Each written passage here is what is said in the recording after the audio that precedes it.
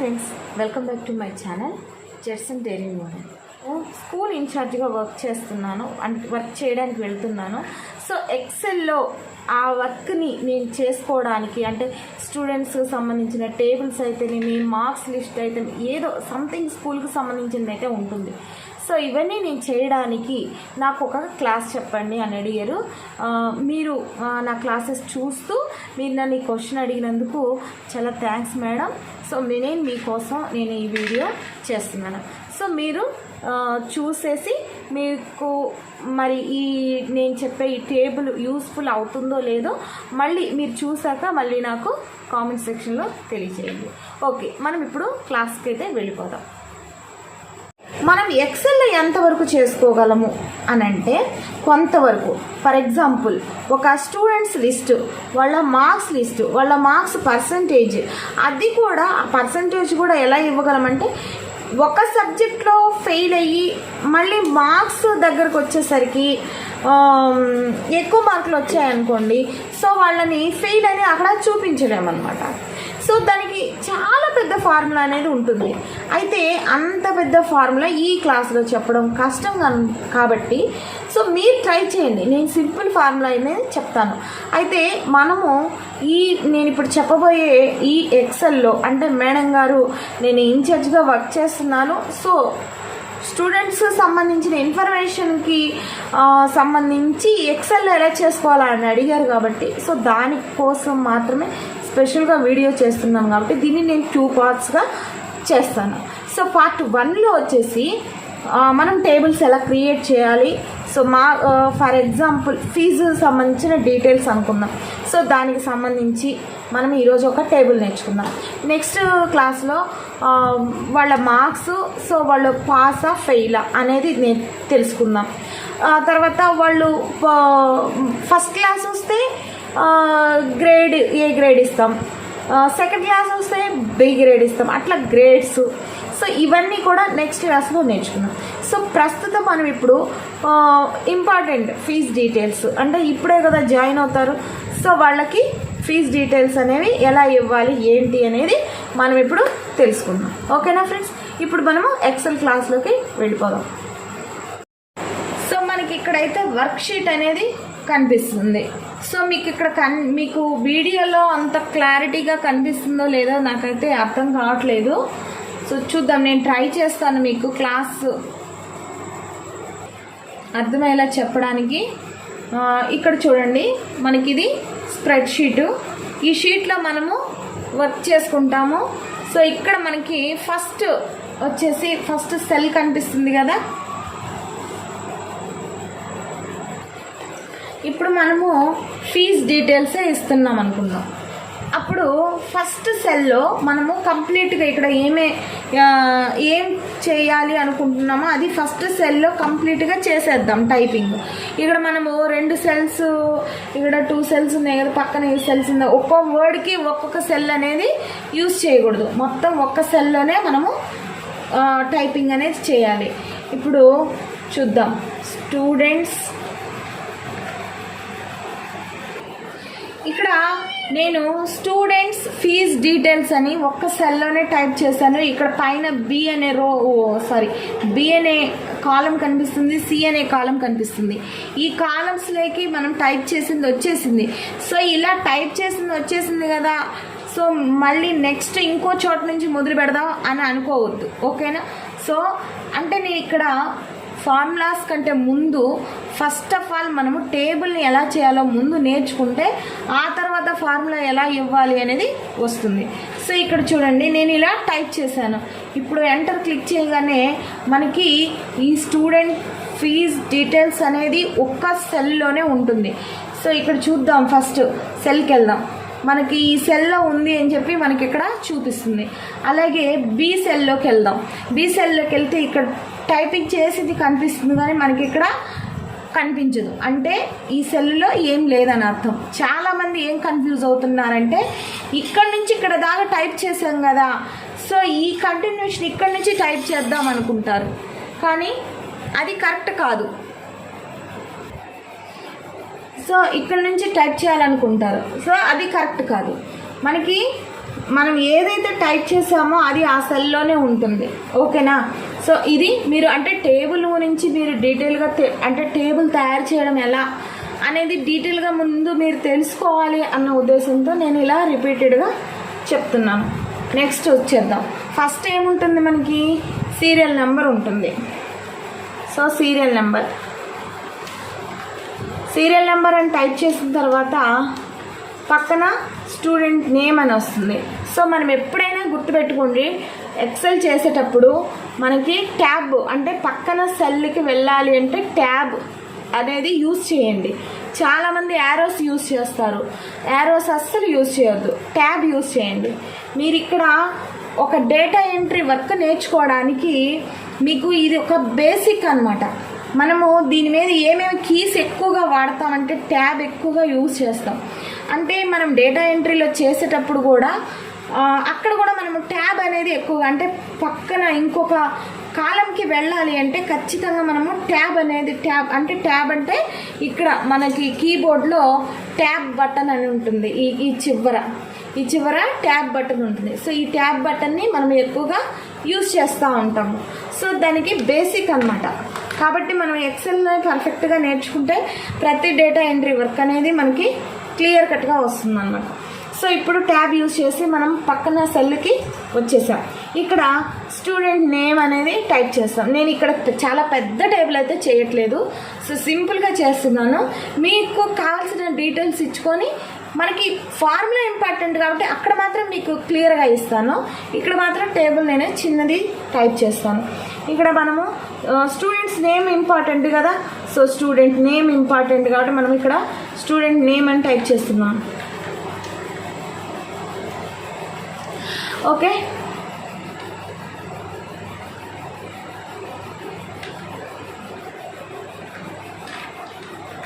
తర్వాత మీరు ఇంకొకటి ఇక్కడ ఎక్సెల్లో గుర్తుపెట్టుకోవాల్సింది ఏంటి అంటే, మీరు టేబుల్ చేసేటప్పుడు మధ్యలో క్యాపిటల్ లెటర్స్ వస్తే ఖచ్చితంగా షిఫ్ట్ పట్టుకొని ఆ క్యాపిటల్ లెటర్ అనేది టైప్ చేయండి. ఇక్కడ స్టూడెంట్ నేమ్ అన్న దగ్గర స్టూడెంట్ అనేది first letter capital, second name అన్న దగ్గర ఎన్ క్యాపిటల్. అయితే చాలామంది ఏం చేస్తారు, తర్వాత ఎడిటింగ్ చేసుకోవచ్చులే అని కంటిన్యూస్గా అంటే అన్ని స్మాల్ లెటర్సే చేస్తారు. అది మనం టేబుల్ ప్రజెంటేషన్ ఇచ్చేటప్పుడు అది నీట్గా అనిపించదు అనమాట. సో అందుకని స్టూడెంట్ నేమ్ అన్నప్పుడు నేమ్ని క్యాపిటల్ ఎన్ని క్యాపిటల్ లెటర్లో ఫస్టే టైప్ చేసేసుకోవాలి. అంటే ఇవన్నీ మనం ఎక్సెల్లో ఫస్టే చేసేసుకోవాలి. నేమ్ ఇచ్చేసాం. తర్వాత ఫీజు డీటెయిల్స్. ఇప్పుడు ఒక ఫీజు మనకి పే చేస్తున్నారు మన స్కూల్కి అన్నప్పుడు అడ్వాన్స్ ఫీజు అని ఉంటుంది, అలాగే అడ్మిషన్ ఫీజు ఉంటుంది, అడ్వాన్స్ ఉంటుంది, అలాగే రిమైనింగ్ బ్యాలెన్స్ ఉంటుంది. సో వాళ్ళు ఎప్పుడెప్పుడు కట్టాలి అనేది కూడా ఉంటుందన్నమాట. అయితే మనం ఇక్కడ 3 స్టెప్స్ వేసుకున్నాం. ఫస్ట్ అడ్మిషన్ ఫీజ్,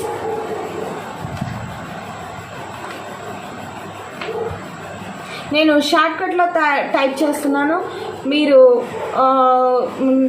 క్లియర్గా టైప్ చేసుకోండి.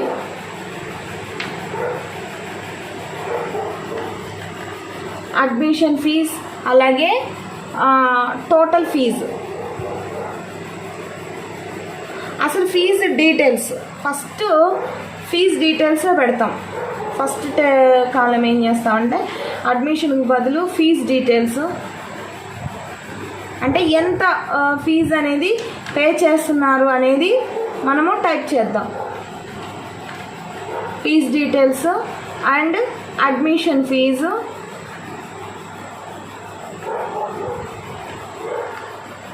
నెక్స్ట్ ఎంత అంటే ఫస్ట్ ఎంత పే చేస్తున్నారు, అప్పుడు ఫస్ట్ ఇన్స్టాల్మెంట్,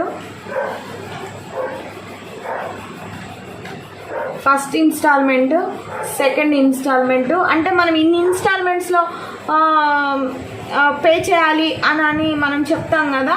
సో మనం ఎన్ని ఇన్స్టాల్మెంట్స్ ఇస్తే అన్ని ఇన్స్టాల్మెంట్స్. సెకండ్,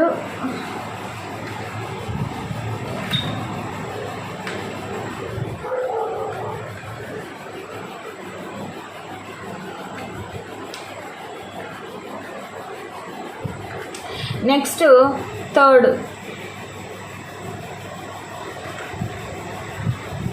ఇలా ఇన్ని ఇన్స్టాల్మెంట్స్ మనం ఒక 3 ఇన్స్టాల్మెంట్స్ నేను ఇచ్చేస్తున్నాను. సో మీరు ఎన్ని ఇచ్చుకుంటారో అన్ని ఇచ్చేసుకోండి. ఇప్పుడు రిమైనింగ్ బ్యాలెన్సు ఓకేనా, టోటల్ అమౌంట్ ఇక్కడ టోటల్ అనేది ఇచ్చేసుకుంటాం, టోటల్ అనేది ఇచ్చేస్తాం. అలాగే ఇంకా రిమైనింగ్ బ్యాలెన్స్ ఓకే, ఇంకంటే ఎంత కట్టాలి, సో రిమైనింగ్ అనేది పెట్టుకుంటాం. ఆ లాస్ట్లో రిమార్క్స్ అంటే మన వాళ్ళు ఎందుకు ఫీజు పే చేయలేకపోయారు, అసలు వాళ్ళు ఏంటి, ఇలాంటి ఏదన్నా రాసుకుంటాం కదా, అలాంటి వాటికి లాస్ట్లో రిమార్క్స్ అనేది ఖచ్చితంగా పెట్టుకుంటాం. సో ఇప్పుడు అయిపోయింది, మనము టేబుల్ అనేది అన్నీ టైప్ చేసాం. కానీ ఇక్కడ చూడండి ఫీజ్ డేట్ అన్న దగ్గర సగమే ఉంది. సో మీకు కనిపిస్తుందా? సో ఇక్కడ మనం ఇక్కడ ఏం టేబుల్ అనేది క్రియేట్ చేయలేదు, జస్ట్ టైప్ చేసి అయితే పెట్టుకున్నాం. ఓకే, ఇప్పుడు మనం ఫస్ట్ సీరియల్ నెంబర్ అన్న దగ్గర 1 ఇచ్చేసి ఎంటర్ క్లిక్ చేసి నెక్స్ట్ 2 అని ఇచ్చి మన స్టూడెంట్స్ ఫర్ ఎగ్జాంపుల్ మన స్కూల్లో ఇంత ఒక 100 మంది స్టూడెంట్స్ ఉన్నారనుకో, ఇలా ఈ 2 ఇలా సెలెక్ట్ చేసుకొని ఈ కార్నర్ ఉంది కదా, కార్నర్ స్టార్ లాగా ఉంటుంది, చిన్న చుక్కలాగా ఉంటుంది ఈ కార్నర్లో. సో నేను ఇప్పుడు మౌస్ తీసుకెళ్ళి పెడతాను చూడండి అక్కడ. సో అక్కడ అలా ఆ కార్నర్లో ఇలా పట్టుకొని ఇలా లాగేస్తే మనకి నెంబర్స్ అనేవి కంటిన్యూషన్ వస్తూ ఉంటాయి. ఇక్కడ మనము స్టూడెంట్ నేమ్ ఏంటి అనేది మెన్షన్ చేస్తాం. అప్పుడు స్టూడెంట్ నేమ్ పెద్దదిగా ఉంటుంది కదా, అందుకని ఈ కాలంని ఇలా కాస్త స్ప్రెడ్ చేస్తాం, అప్పుడు కాలం పెద్దదవుతుంది. అలాగే ఫీజ్ డీటెయిల్స్ అంటే కొంచెమే ఉంటుంది కాబట్టి ఈ కాలమ్స్ అనేవి సరిపోతాయి అన్నమాట. ఓకేనా, ఇక్కడ మనము సమెక్స్ మనం ఏదో ఒక నేమ్ అనేది ఇక్కడ టైప్ చేసేసుకుందాం. ఇక్కడ ఫీజు డీటెయిల్స్ ఫస్ట్ మన ఈ స్కూల్కి ఒక 15,000 ఫీజు అనుకుందాం. తర్వాత 15,000 ఫీజు అన్నప్పుడు అడ్మిషన్ ఫీజు ఫర్ ఎగ్జాంపుల్ వాళ్ళు ఒక 500 అన్నారనుకోండి, 500. అలాగే ఫస్ట్ ఇన్స్టాల్మెంట్ ఫస్ట్ వాళ్ళు ఎంత పే చేస్తున్నారు అనేది ఇక్కడ ఇస్తాం. ఫర్ ఎగ్జాంపుల్ వీళ్ళు ఏం చేస్తారంటే 15,000/3 అని వేస్తారు. అంటే ఇక్కడ మనము 3 ఇన్స్టాల్మెంట్స్ పెట్టాం కాబట్టి 3 అని వేసుకుంటాం. అదే 6 ఇన్స్టాల్మెంట్స్ పెట్టారనుకో 6 వేస్తాం, 6 వేస్తాం. ఇక్కడ మనం ఏంటి, ఇక్కడ 3 ఇన్స్టాల్మెంట్స్ ఉన్నాయి కదా, సో 3 చేసేస్తాం. సో ఇక్కడ ఒక పేరెంట్ నేను ఫస్ట్ ఒక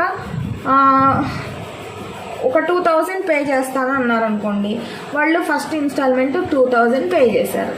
సో నెక్స్ట్ ఇన్స్టాల్మెంటు ఒక 5,000 పే చేశారు అనుకుందాం. అలాగే థర్డ్ ఇన్స్టాల్మెంటు ఒక 4,000 పే చేశారు అనుకుందాం. ఓకేనా, అప్పుడు వాళ్ళు టోటల్ ఎంత పే చేసినట్టు అనేది మనకి ఇక్కడ తెలియాలి. ఇక్కడ మనకి టోటల్ మాత్రమే తెలియాలి. టోటల్ అంటే ఇక్కడ ఏంటంటే ఈ ఫస్ట్ ఇన్స్టాల్మెంటు, అలాగే సెకండ్ ఇన్స్టాల్మెంటు, అలాగే థర్డ్ ఇన్స్టాల్మెంట్ కలిపి టోటల్ అవుతుంది. ఇక్కడ టోటల్ అనేది ఎలా వేయాలంటే ఇక్కడ చూడండి, ఫస్ట్ ఇన్స్టాల్మెంటు ఏ సెల్, ఈ సెల్ ఉంది కదా, ఈ సెల్ ఏ కాలంలో ఏ రోలో ఉందో ఫస్ట్ చూసుకుందాం. సో ఫస్ట్ అది ఎక్కడ ఉంది, E3లో ఉంది. అది మన ఈ సెల్ అడ్రస్ అనేది మనకి ఇక్కడ చూపిస్తుంది. సో దాన్ని మీరు మైండ్లో పెట్టుకోండి. సో ఇప్పుడు మనం ఫార్ములా ఇవ్వాలి అంటే ఈ టోటల్ అన్న దగ్గర ఫస్ట్ ఈక్వల్ టు చేయాలి, ఫస్ట్ ఈక్వల్ టు టైప్ చేయాలి. చేసిన తర్వాత మన ఇన్స్టాల్మెంట్ అనేది ఎక్కడ ఉందని మనం అనుకున్నాం, E3లో ఉంది. సో ఇక్కడ E3. అలాగే టోటల్ కదా మనకు కావాల్సింది, అంటే వాళ్ళు ఇన్స్టాల్ మనకి ఇచ్చినటువంటి ఫీజు డీటెయిల్స్ మొత్తం కూడుకోవాలి కాబట్టి ప్లస్ తర్వాత F3 పక్కనే ఉంది కదా సెకండ్ ఇన్స్టాల్మెంట్ కాబట్టి F3, అలాగే ప్లస్, అలాగే పక్కనే G3 అంటే థర్డ్ ఇన్స్టాల్మెంట్ ఉంది G3. ఇప్పుడు ఎంటర్. ఇప్పుడు వాళ్ళు ఎంత పే చేశారు? 11,000 పే చేశారు. అయితే రిమైనింగ్ ఎంత ఉంది అనేది ఇక్కడ వెంటనే మనకి తెలిసిపోవాలి. ఇక్కడ మనం ఈ టైప్ చేస్తున్నప్పుడే రిమైనింగ్ ఎంత ఉందో తెలిసిపోవాలి. అప్పుడు రిమైనింగ్ అన్నప్పుడు మనకి ఈ ఫీజు డీటెయిల్స్లో నుంచి ఈ టోటల్ అనేది మైనస్ అవ్వాలి, అది రిమైనింగ్ వస్తుంది, అంతే కదా. సో అలా చేయాలి అన్నప్పుడు ఇక్కడ first equal to compulsory, equal to type చేయకపోతే మీకు ఫార్ములా రాదు. ఫీజు డీటెయిల్స్ ఎక్కడుంది? C3లో ఉంది. ఇక్కడ మనం టైప్ చేసినప్పుడు C3లో ఉంది కాబట్టి C3 మనం కరెక్ట్గా చేస్తున్నామా లేదా అని ఫార్ములా ఇచ్చేటప్పుడే మనకి ఇక్కడ బాక్సెస్ కలర్ఫుల్గా కనిపిస్తూ ఉంటాయి, అది మీరు గమనించుకోండి. సో C3 మైనస్, అంతే కదా, మైనస్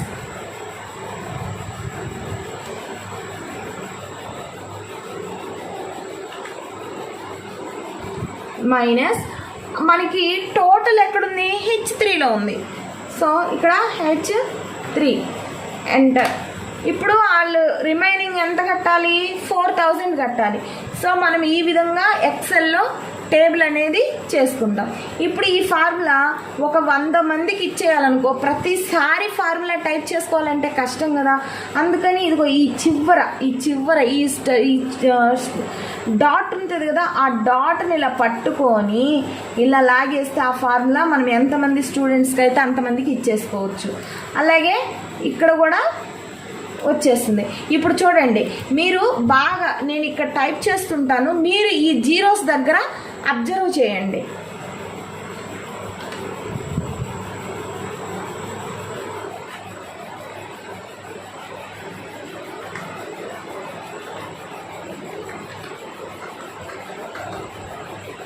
అబ్జర్వ్ చేస్తున్నారా?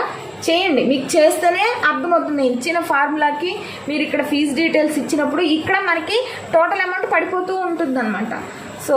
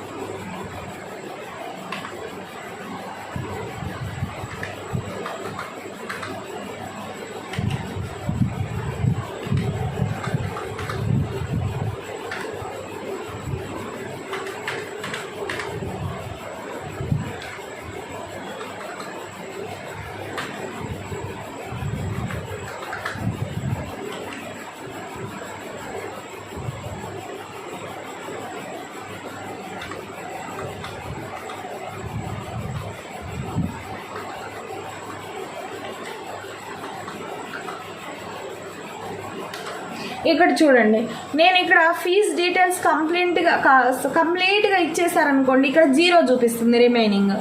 అలాగే ఇక్కడ తక్కువ పే చేశారనుకో, రిమైనింగ్ ఎంత కట్టాలో ఇక్కడ చూపిస్తుంది. ఇప్పుడు దీన్ని బట్టి మీకు ఏమర్థమైంది? మనం ఈ విధంగా టేబుల్స్లో ఫార్ములా అనేది ఇచ్చుకుంటే ఎంతమంది స్టూడెంట్స్కైనా ఇక్కడ టైప్ చేసుకుంటూ వెళ్ళిపోతే సరిపోతుంది. మీకు వాళ్ళకి సంబంధించిన ఎంత రిమైనింగ్ రావాలనేది ఇక్కడ అర్థమైపోతుంది. అంటే ఏ కాలంలో ఎక్కడ మనకి అమౌంట్ ఉన్నా కూడా మనకి చివరన మనం టోటల్ అయితే ఎక్కడ వేస్తామో లేదా రిమైనింగ్ ఎక్కడ వేస్తామో అక్కడ మనము ఫార్ములా ఇచ్చుకొని దానికి సంబంధించి తీసేసుకోవచ్చు అనమాట. తీసేసుకోవచ్చు, కూడుకోవచ్చు, ఏదైనా.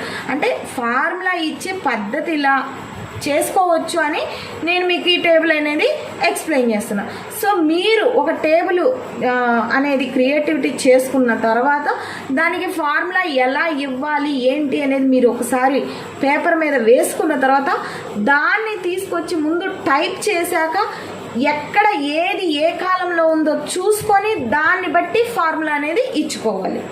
సో అర్థమైందనే అనుకుంటున్నాను నేను. తర్వాత ఇప్పుడు ఈ టోటల్గా ఈ టేబుల్ చూడటానికి మనం ఒక ప్రింట్ తీయాలన్నా కూడా ఎలా కనిపించాలో అలా మనము ముందు క్రియేట్ చేసుకున్నాం. ఇక్కడ చూడండి, మనకి జే వరకు వచ్చింది కాబట్టి ఈ జే నుంచి ఇలా షిఫ్ట్ పట్టుకొని యారో మార్క్స్తో మౌస్తో అయినా ఇలా సెలెక్ట్ చేసుకుందాం. స్టూడెంట్స్ ఫీజ్ డీటెయిల్స్ అనే లైన్ని సెలెక్ట్ చేసుకుందాం. ఆ రోని చేసుకున్న తర్వాత మెర్జ్ అండ్ సెంటర్. ఇప్పుడు అది సెంటర్కి వచ్చేసింది. ఈ రోని కొంచెం పెంచుదాం. సో ఎందుకంటే మనకి ఇది కొంచెం పెద్దదిగా కనిపించాలి కాబట్టి. ఓకేనా? ఇప్పుడు మీకు అర్థమవుతుందా? ఇక్కడ చూడండి, ఇక్కడ మనము సెకండ్ రోలో ఇక్కడ ఇవన్నీ కూడా మనకి కొన్ని సరిపోయినాయి. ఇక్కడ ఫీజ్ డీటెయిల్స్ అన్న దగ్గర సరిపోలేదు. అందుకని మనం ఏం చేస్తామంటే వ్రాప్ టెక్స్ట్ అనేది క్లిక్ చేస్తాం. వ్రాప్ టెక్స్ట్ ఎందుకు క్లిక్ చేస్తామంటే ఇలా 1 by 1 రావడానికి, ఒకే సెల్లో మనం ఇచ్చిన టైప్ చేసినటువంటి పదాలు 1 by 1 రావటానికి మనకి ఈ వ్రాప్ టెక్స్ట్ అనేది యూజ్ అవుతుంది. సో మీకు అర్థం అవడం కోసం తెలుగులో నేను ఇలా చెప్పాను అనమాట. సో మనం ఇలా చేసుకున్న తర్వాత నెక్స్ట్ ఇవన్నీ ఒకేలా కనబడాలి అంటే మనకి ఇక్కడ సెంటర్స్ అనేది నీట్గా ఇచ్చుకున్నామంటే ఒక బాక్స్లో అంటే ఒక సెల్లో నీట్గా క్లియర్గా కనిపిస్తూ ఉంటుంది. ఇప్పుడు చూడండి, దీన్ని ప్రింట్ ప్రివ్యూ చూసామనుకోండి, మనకి ఎలా కనిపిస్తుంది? వైట్ పేజే కనిపిస్తుంది. సో దీని క్లోజ్ ప్రింట్ ప్రివ్యూ క్లిక్ చేసేసి మనకి ఎంతవరకు అయితే టేబుల్ ఉందో అంతవరకు సెలెక్ట్ చేసేసి ఇక్కడ మనము టేబుల్స్ అనేది ఇచ్చుకుంటాం. ఇక్కడ బార్డర్స్ అని ఉంది కదా, అక్కడికి వెళ్ళేసి ఆల్ బార్డర్స్ అని క్లిక్ చేస్తాం. చేయగానే బార్డర్స్ వచ్చేసాయి. ఇప్పుడు చూద్దాం, మనకి టేబుల్ ఇలా ఉంది, కానీ ఇక్కడ మనకి సగమే వచ్చింది. అంటే మనకి ఈ టేబుల్ అనేది హారిజెంటల్గా అంటే ఇలా అడ్డంగా తిరిగి ఉంది కాబట్టి మనం పేజీని కూడా హారిజెంటల్గా మార్చేద్దాం. అప్పుడు పేజ్ లేఅవుట్కి వెళ్ళేసి ఇక్కడ ఓరియంటేషన్ అని ఉంటుంది. ఈ ఓరియంటేషన్ని క్లిక్ చేసి ల్యాండ్స్కేప్ అని క్లిక్ చేయండి. చేసిన తర్వాత ఇప్పుడు మనం ఒకసారి ప్రింట్ ప్రివ్యూ చూద్దాం. చూసిన తర్వాత ఇప్పుడు మనకి మొత్తం టేబుల్ వచ్చేసింది కదా. సో ఇది ఫ్రెండ్స్, ఇక్కడ చూడండి, మీకు అర్థమైందని అనుకుంటున్నాను. ఇక్కడ బార్డర్స్లో ఆల్ బార్డర్స్ ఇచ్చేసాం. పేజ్ లేఅవుట్కి వెళ్ళి ఓరియంటేషన్లోకి వెళ్ళి ల్యాండ్స్కేప్ ఇచ్చాం. ల్యాండ్స్కేప్ అంటే పేపర్ని ఇలా అడ్డంగా తిప్పడం. చూడండి, పోర్ట్రైట్ అంటే ఇలా ఉంటుంది, పేజ్ అనేది ఇలా నిలువుకుంటుంది. అదే ల్యాండ్స్కేప్ అంటే ఇలా అడ్డంగా తిరిగి ఉంటుంది. వర్టికల్ అంటే ఇలా నిలువు, హారిజెంటల్ అంటే ఇట్లా ఉంటుంది. సో అదనమాట. మనము ఈ సెట్టింగ్ చేసుకున్న తర్వాత ఫైనల్ అయిపోయిన తర్వాత సేవ్ చేసేసుకొని మనం ఫైల్ని మన ఫోల్డర్లోనో ఎక్కడో దాచుకోవచ్చు అనమాట, లేదా పెన్ డ్రైవ్లో తీసి పెట్టుకోవచ్చు. సో మనం స్కూల్కి సంబంధించిన డీటెయిల్స్ అంటే ఇలా ఇచ్చుకోవచ్చు అండి. సో రేపు పిల్లల మార్క్స్ లిస్ట్కి ఎలా పర్సంటేజ్లు వేయాలి, లేకపోతే గ్రేడ్స్ ఎలా వేసుకోవాలి అనేది మనం నెక్స్ట్ క్లాస్లో తెలుసుకుందాం. సో మీకు ఈ క్లాస్లో కనుక ఏమన్నా అర్థం కానిది ఏదన్నా ఉంటే నాకు కామెంట్ సెక్షన్లో తెలియచేయండి.